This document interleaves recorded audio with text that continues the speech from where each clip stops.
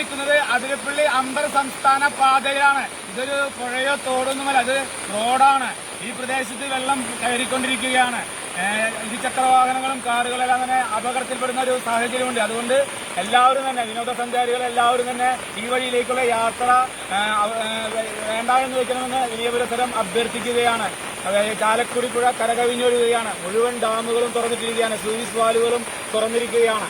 പരിയാരം ഗ്രാമപഞ്ചായത്തിനകത്തെ മംഗലം colony പൊങ്ങി വീടുകളെല്ലാം തന്നെ വെള്ളം കയറി അവിടുത്തെ താമസക്കാരെ പരിയാരം സ്കൂളിലേക്ക് മാറ്റി പാർപ്പിച്ചിരിക്കുന്ന ഒരു സാഹചര്യമാണ് ഇപ്പോഴുള്ളത്. അതുകൊണ്ട് അതിരപ്പള്ളി റൂട്ടിലേക്കുള്ള ഗതാഗതം പരിപൂർണമായും സ്തംഭിച്ചിരിക്കുന്ന ഈ സാഹചര്യത്തിലെ യാത്രകൾ ഒഴിവാക്കണമെന്ന് ഇനിയപുരസരം അഭ്യർത്ഥിക്കുകയാണ്.